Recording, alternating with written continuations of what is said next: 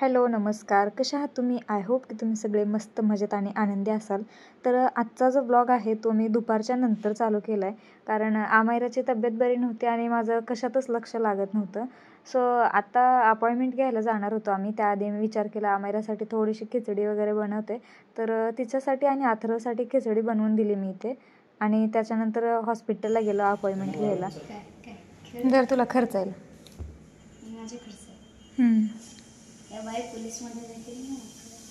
मोज किती आहेत? थांब रे, भातामुळे थांबले मी.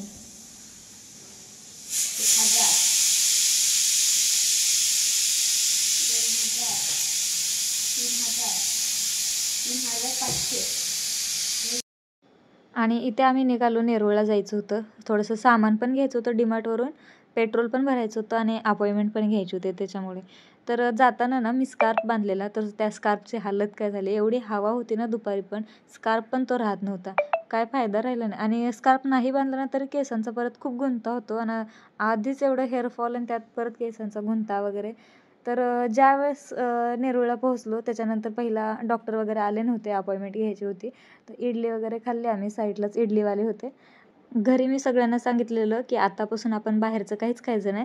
आणि पहिला डॉक्टरकडे जाताना मी स्वतःच इडली घेतली. परत माझ्या लक्षात आलं की आपण विचार केलं की आपण बाहेरचं काही खायचं नाही वगैरे.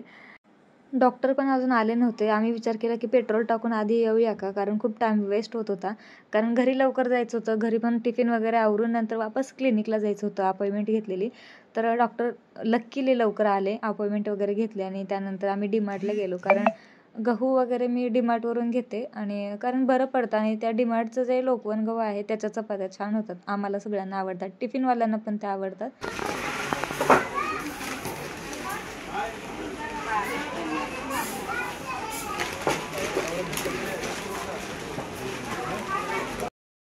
गेल्या महिन्यात ज्यावेळेस आम्ही राशन भरलं होतं ना, त्यावेळेस हे लोणचं मी घेतलेलं.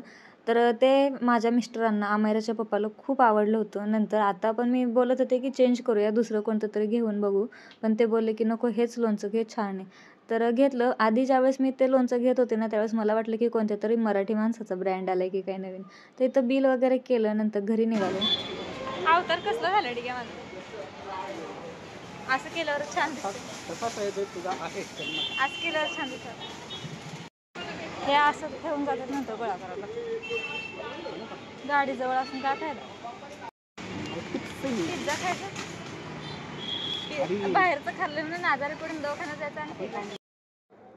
आता घरी निघालेलो आम्ही, खूप वेळ झालेला आम्हाला पण घरी जाऊन टिफिन वगैरे आवरायचे होते, ते टेन्शन वेगळंच. आणि कुरिअरवाल्याचे पण खूप फोन येत होते की तुमचं पार्सल आले, प्लीज घेऊन जावा. 2 वेळा मी रिटर्न मागवलं होतं ते पार्सल.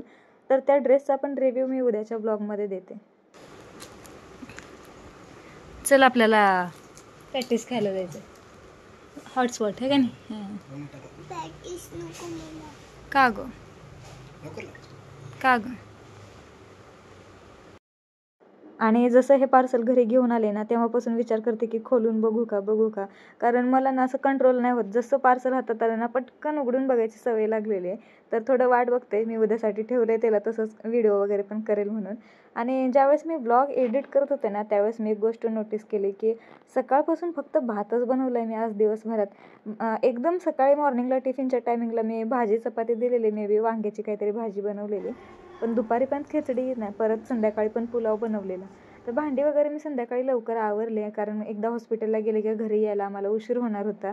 तर निघालो, थंडी होती थोडीशी म्हणून आमायराला स्वेटर घातलं. नंतर माझ्या लक्षात आलं की मी स्वतःला पण स्वेटर घ्यायला पाहिजे होतं.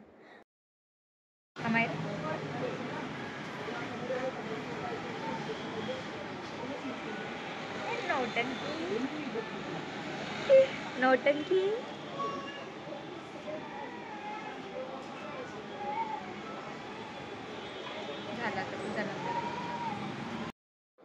आता इथे औषधं वगैरे घेतली आणि घरी निघालेलो. डॉक्टरांना विचारलं की काय झालं वगैरे, सगळे रिपोर्ट्स वगैरे नॉर्मल आहेत, जास्त असं काळजी करण्यासारखं काय नाही आहे. तरी पण औषधं वगैरे द्यायला सांगितली आणि गावी वगैरे जाऊ नका असं सांगितले, कारण हवेमध्ये परत इन्फेक्शन वगैरे होऊ शकतं. वातावरण पण खराब आहे थोडंसं.